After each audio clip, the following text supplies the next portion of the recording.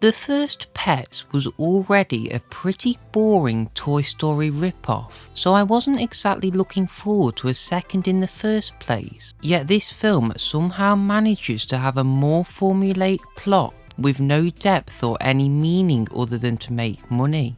As someone who really enjoys visiting theme parks, I was so excited to hear that Nickelodeon were working on a theme park based movie. The final product just wasn't for me, but that's not to say that its intended audience wouldn't enjoy Wonder Park. There's enough vibrant colours and cartoon characters to keep younger viewers engaged. Aside from the extremely cheap animation, nothing in Addams Family is worth checking out, unless you want to see all the dark humour stripped out of the Addams Family to make way for childish jokes. The last Blue Sky Studios movie is unfortunately one of their most unoriginal and boring films they've ever made. Unless you're the smallest of children, this film doesn't do enough to engage older audiences with deep messages or profound moments. A disappointment compared to its predecessor, the Lego Movie 2 loses the charm of seeing Lego done in a theatrical movie, after many Lego Movie adjacent films have come out leading up to its release.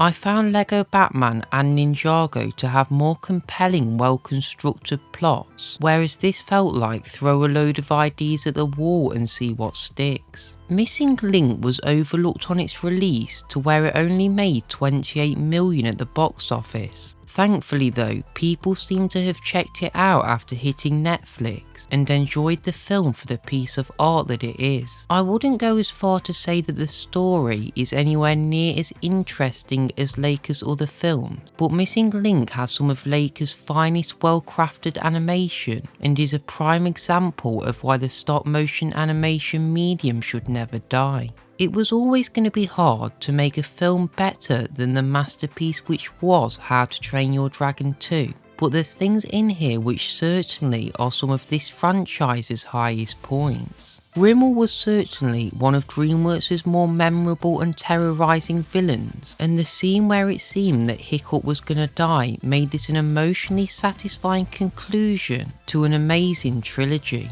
The story of a young human who befriends a beast sounded so similar to the first How to Train Your Dragon, but after watching Abominable, I didn't care. The Chinese setting was beautifully animated, and the mesmerising soundtrack that I still listen to even to this day makes Abominable a super memorable and underrated film. A twist on the origin of Santa Claus, Jesper, a mailman sent to an Arctic island as punishment, goes on a journey of self-discovery and spreads joy to many children in the process. Humour is sprinkled throughout the story, however Klaus tends to opt for more serious, heartfelt messages. Winning Best Animated Film, beating out strong competition like Klaus and Missing Link, Toy Story 4 is a near perfect continuation to a perfect franchise. It still holds up as one of the most beautifully animated movies in history. I do think that Toy Story 4 is a story worth telling even if we were hesitant before its release.